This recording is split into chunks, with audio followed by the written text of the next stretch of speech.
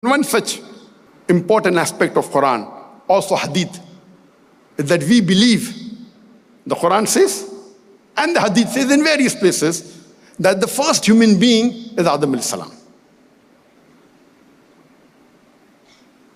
But today, modern science, according to the theory of natural selection, according to Charles Darwin, that we have been evolved from primates, from apes.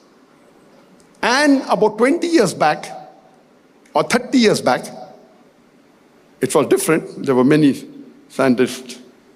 But today, the science has come more closer to believing in this theory of evolution.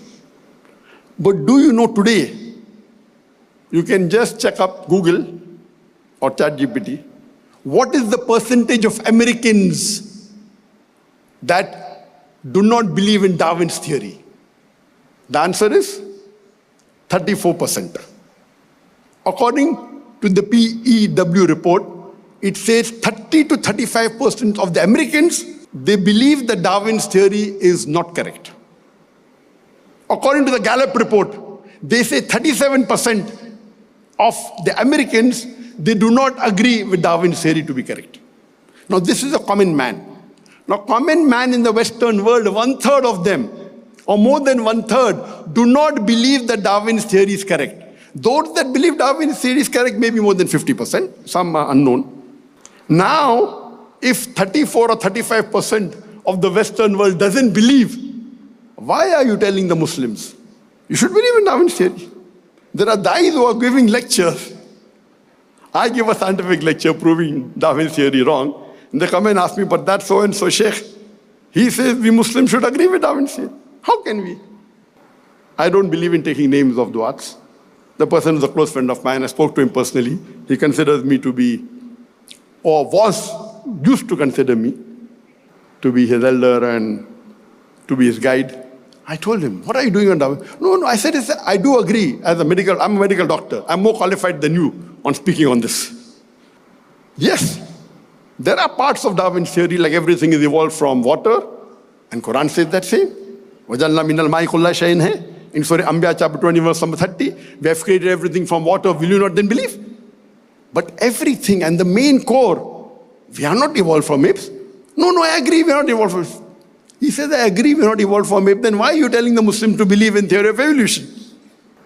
So what we realize, that the die to be more popular in the Western world, to agree with the society, he many a times deviates away from the Quran and deviates away from the Sunnah, saying hijab is not required, you can shake hands with women, and so on and so forth.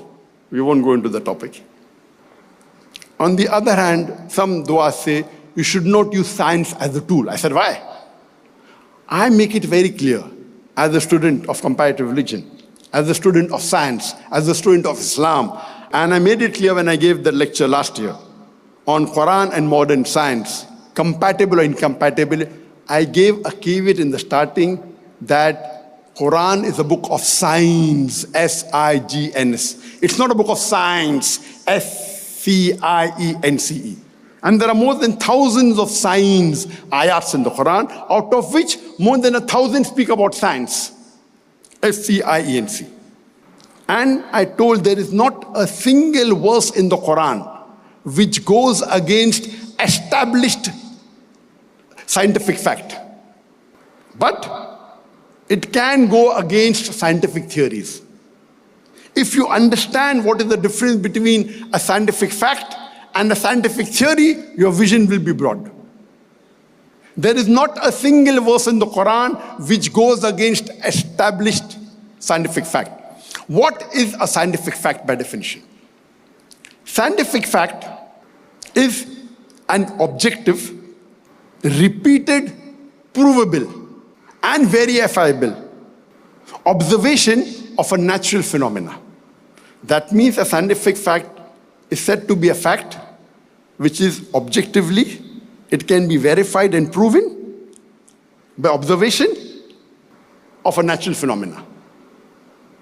What's the scientific theory? A scientific theory is an proven, evidence-based explanation of the phenomena.